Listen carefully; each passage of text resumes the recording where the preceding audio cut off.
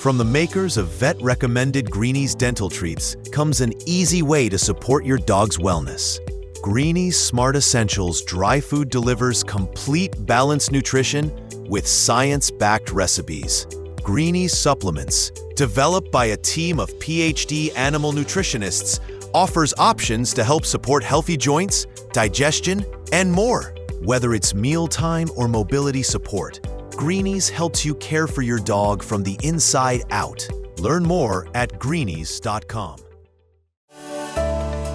Welcome to Veterinary Vertex, the AVMA Journal's podcast, where we delve into behind-the-scenes look with manuscript authors. I'm Editor-in-Chief Lisa Fortier, joined by Associate Editor Sarah Wright. Today, we're discussing how to use agenda setting with authors Kat, Natasha, and Jane. Thank you guys so much for your repeat appearance and for being here today. It's our pleasure. Thanks for having us. Happy to be here. Before we dive in, could you share a little about your background and what brought you to veterinary communication research? Sure, I can jump first. So I guess my path to veterinary communication, teaching, and research started back when I was doing my master's, studying animal nutrition, specifically looking at owner factors related to dog obesity. And so, of course, we know that obesity in pets has a human component to it, and it's important for the vet team to have effective communication with clients. So it kind of snowballed from there into my PhD and my postdoctoral studies in veterinary clinical communication, still always with the focus on pet obesity, before spending some time at CSU, Colorado State, and then returning to Ontario Veterinary College. Woo, go Rams, CSU 91. Sarah knew that was coming. You guys' JABMA technical tutorial video discusses how agenda setting can enhance appointment efficiency, which is really important when we're also busy and trying to enhance our work-life balance. Please walk us through the motivation, Kat, behind teaching this communication skill. Oh, I think Jane might be better positioned to take that question if she would like to. She really pioneered teaching this in the curriculum. Turf it over to Jane. It was a great question because it really got me thinking. It was about 8 years ago when Jason Coe and I started outlining a textbook. And so as part of outlining that textbook, we were determining what skills to focus on. And we were, in particular, thinking about the beginning of the interview. And I was realizing we were really missing teaching agenda setting to our students. And so in the past 8 years has been quite a big focus, actually, of our curriculum in making sure that every interview in our laboratory and then in community practice service, students are getting the client's agenda right up front in the visit. That's really, I didn't receive any sort of teaching like that. That's really amazing. Kat, have you received any feedback from practitioners who tried applying these findings? For sure. Yeah. I mean, I think the feedback that we hear is, oh, hey, this actually works when you do it. And when you're intentional about integrating agenda setting into their day-to-day practice from both clinicians and students as well, once they get the hang of it, they do see that it does help uncover multiple items the clients would like to address. And it also gives them an opportunity really early on to further develop rapport and create a real sense of partnership with the client. And then I think the other piece of feedback is it works. And once you do practice it and get comfortable and efficient with it, it really doesn't take huge amounts of time, and it is worth the time that it takes. Very good. You really teed up my next question, which I was going to ask Natasha. How might this agenda setting influence client satisfaction or even patient outcomes? Yeah, that's a great question, Lisa. Agenda setting itself definitely fosters an opportunity for clients to have their concerns heard and early on in the visit too, so that those concerns can be addressed. And like Kat mentioned, it also creates an opportunity for a partnership to start developing between the veterinary professional and their client right up front in the appointment.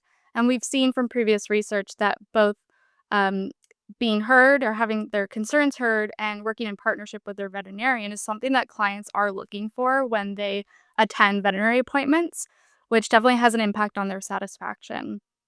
And then if we consider that agenda setting more broadly is related to enhanced relationship-centered care within appointments, we've seen that relationship-centered communication is associated with client satisfaction as well as client adherence. So we could use that as a proxy when estimating the impact on patient outcomes, but certainly there's more opportunity for us to look into the direct impact of agenda setting on patient outcomes. That's fabulous. Jane, if you could look in hindsight and redesign the appointment experience entirely from scratch, what would it look like? Yeah. So we actually teach it this way right now. It would start with a solid introduction. And then after the introduction is complete, the next step the practitioner would go through is getting the client's agenda. And then the tricky thing is completing the client's agenda before going on to history. So what happens is they hear about a problem during the agenda setting, and our clinical mind goes to, I want to learn more about that. So it takes a little bit of discipline to, like I say, pull on the reins until and know that you get to explore everything the client says, but get everything out up front early on. We don't pull on the reins, we just collect the horse, we just make contact, make Okay. contact. Yes. Well, good clarification, Lisa. That does sound tricky though, Jane. Like that's the first thing I thought of when you said as soon as you hear a problem, your mind instantly goes to, ooh, here's some diagnostics I can do. Here's some maybe differentials I'm thinking of. So really kind of Exactly. reteaching your brain how to work. Yeah. This is a great video though. I hope people watch it, that they can learn and implement this in their practice. So Natasha, what are the key take-home messages you hope veterinarians will remember? So there are a few key take-home messages that I would say, but if there's only one take-home message that you're going to remember from this podcast or from the technical tutorial video, I would say that setting an agenda early in the visit can help reduce the odds of late rising concerns from clients later in the visit, or those doorknob concerns where they're about to leave the appointment and say, oh, by the way, I wanted to bring this up. And so ultimately, that's going to impact the efficiency of your appointments. Beyond that, I would also suggest that agenda setting can involve multiple team members, especially if you're using a team based approach to your appointments. And so, with that in mind, I think it's really important for practices to consider really investing in communication training for all team members, not only their veterinarians. Fantastic. Natasha, while we have you, let's talk about your journey here. What initially sparked your interest in veterinary communication? Yeah, Lisa, I would say it was more than a spark, it was love at first sight. So, after I completed my master's, Dr. Jason Coe, who Jane mentioned earlier, had approached me about completing a PhD with him. And I knew that I wanted to conduct research that would ultimately have an impact on animal outcomes. And it wasn't until I started digging into the literature around clinical communication, both in human medicine and in veterinary medicine, that I recognized it was an opportunity to impact both human and animal outcomes. So we have opportunities to impact outcomes related to the veterinary professionals working with animals, as well as the caregivers of those animals, and of course, the animals themselves. And very early on, I attended the International Conference of Communication in Veterinary Medicine, and it was such a welcoming environment. I could see the opportunity that existed in this field, and so that really drew me in. Well, have not heard of that conference. Jane, were there any communication theories that resonated with you early on? Yes, and Natasha already mentioned it, relationship-centered care.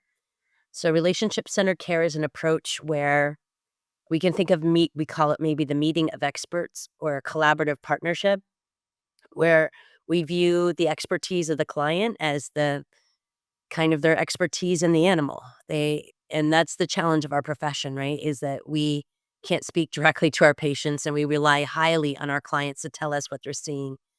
And so it's valuing that client's expertise as well as the client has the opportunity to hear and share our expertise. And so where agenda setting falls into that is when we know the client's agenda up front, we can really partner with them in achieving the goals that they're wanting to achieve in this appointment time. And so it's really a relationship-centered communication skill to do agenda setting appropriately up front in the visit. Yeah, fantastic. Natasha, what are the most common communication pitfalls in veterinary settings right now? Yeah, Lisa, I think I'll focus within even agenda setting itself, with that being the topic of our technical tutorial. And Jane covered a huge one earlier, which was that tendency for veterinary professionals to want to jump to problem solving or gathering a history when they hear that problem. And so I won't go further into that, but two other pitfalls that we see in relation to agenda setting are the tendency to want to use closed-ended questions. So asking, do you have any concerns for your animal today? Versus an open-ended question like, what concerns do you have today? And we do see that clients tend to share more concerns when an open-ended question is used, whereas that closed-ended question, we tend to hear more clients who have zero concerns to share. So we're getting more information up front with that open-ended question. And then the other pitfall I see frequently is to assume that if we have heard a concern from the client, that that's all of their concerns. So continuing to follow up with questions like, what else would you like to discuss today? Or what other concerns do you have, until you've really heard the client say, that's everything for today, or that's all my concerns. Yeah, what you guys are amazing. Kat, there must be aspects of agenda setting that are still misunderstood. For sure. Yeah, I think several. I think the two big ones that come to mind for me is, what we hear sort of as the main objection to agenda setting, which is that I don't have time to do this. It's going to take way too long. The other piece would be that clients are going to be bothered or upset or offended in some way if we sort of keep repeatedly asking what's on their list and on their agenda. So, as the others have said, there is a bit of a research gap here that we have to acknowledge, but we do have evidence that agenda setting is going to help efficiency, not hurt it, especially once you are skilled and comfortable with the process and being really intentional about using it. And I'll say that we don't have a lot of feedback at this point from clients on how they feel about agenda setting being used by their veterinary team. I wouldn't expect that many of them would be upset or bothered by it, but we do need to spend some time exploring their perceptions as well. And if you're listening to this episode or watching it and you want to watch this in practice, you can do so. I'm going to link to their video in the show notes, and it is open access, so you'll be able to look at it and see how you can implement this in your practice. So, Kat, looking ahead, what are the next steps for research in this area? Yeah, I mean, it's a great question because we definitely do recognize that there is this gap in the research around agenda setting. So going forward, I think one of the most important things we need to do is really explore the relationship between agenda setting and those appointment level outcomes so we can really build on the evidence that already exists for the use of it in practice. We do, as a team, actually have a proposal for an in-clinic project looking at agenda settings. Some of the outcomes that we'd be interested in are client satisfaction, veterinarian satisfaction, appointment length. So again, that efficiency piece, the presence of doorknob disclosures, the late rising concerns. And then, as Natasha mentioned earlier, I think down the line, what we really want to see is the relationship between this and patient outcomes. Very cool. Well, we hope that comes to fruition so that we can see it in the future. And Kat, how do you plan to measure success or impact the next phase of this research? For sure. Yeah. So, I mean, promising results of the project itself would be great to see. So, we would expect and hope that agenda setting would improve the satisfaction and appointment efficiency. I also think that for us in communications, sort of a measure of success or something that tells us that what we're teaching and researching is having an impact is when we see it being picked up and taught at other schools in their curriculum or spoken about at conferences or continuing education events. So not an exact metric, but when we're now in the audience and seeing others really promote and encourage the things that we've been teaching and researching, that to me speaks to the impact that it's having on the profession and that people are really seeing the value of it. Natasha, how do you envision your findings being translated into practical tools or training for veterinary teams?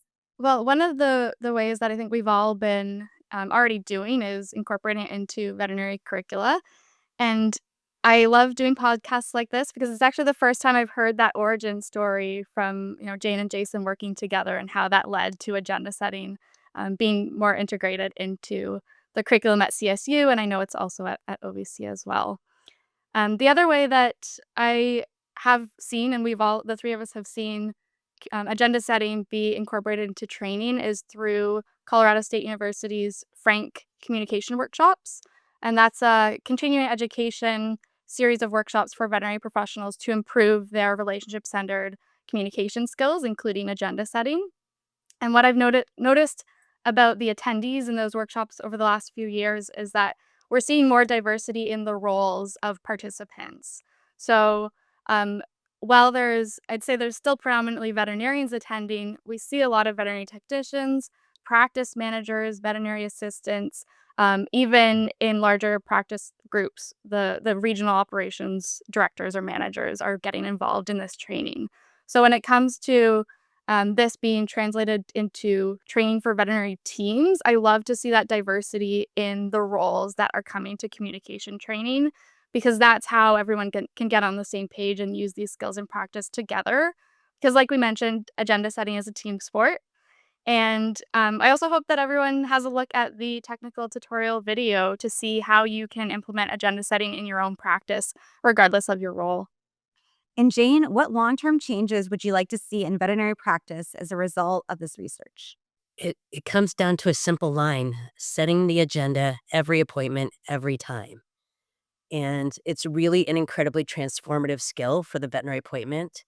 And also, the three of us have worked very closely together, and we start every single conversation and meeting with agenda setting. And so it's a skill for just efficiency in day-to-day life, even in social conversations, to be able to say, what are you hoping that we can do today? Like, it's a Saturday, it's a busy day for the family, right? What's all on our to-do list to have a good day, a good weekend, right? So it's a skill that has turned out to be a pretty powerful life skill beyond just a professional skill.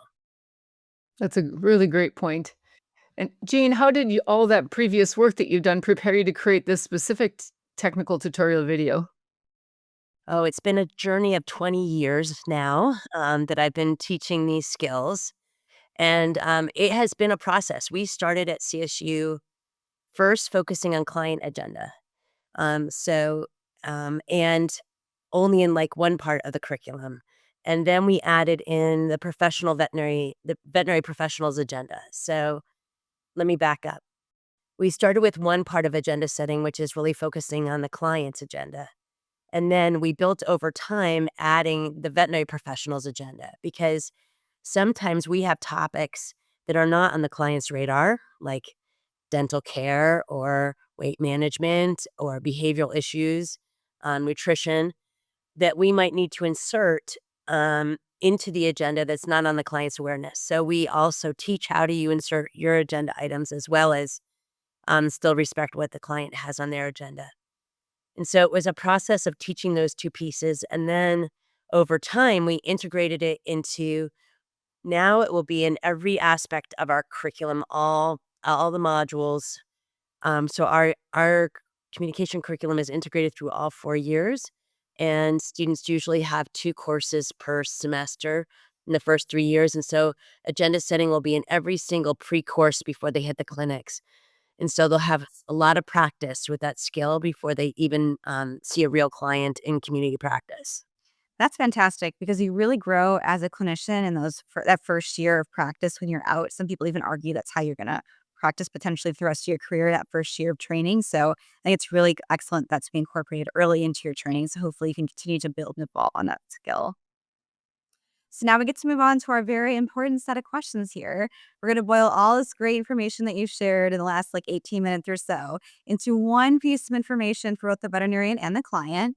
So Jane and Kat, what is one piece of information the veterinarian should know about using agenda setting in clinical practice? I don't mean to be repetitive, but just do it. Yeah, I agree. It's not going to take you too much time. It will save you time later. Go slow to go fast. Just do it up front. Excellent. And Natasha, for the clients, what's one thing you wish more people understood about this topic? Yeah, I wish more clients understood that it's okay to come to your veterinary appointment with a list of questions that you've prepared, or a list of concerns that you have that you've written down ahead of time, because ultimately, that's going to be incredibly useful for the veterinary team and even make that agenda setting process even more efficient. So I know that I've definitely left appointments thinking, oh, I wish I had asked this and I completely forgot. Even something important that I knew I wanted to ask in advance. So there's nothing wrong with writing down your concerns and questions beforehand and bringing that in. Ultimately, it's going to help your veterinary team help you and your pet. Yeah, I agree with that, Natasha. I do the same thing for when I'm a client, right? And I put them on my phone, and I don't because then I'm going to forget that dang piece of paper somewhere, right? Exactly. And then, yeah, and then just say to the doctor or whoever I'm with, could be the auto technician, right? Sorry, I'm not being rude. I'm just looking at my list of things that I'd like addressed. Absolutely. Before we wrap up, we like to have a little fun. So, from each of you, we'll start maybe with Natasha. Will I have you? What do you think is the most beautiful animal and why?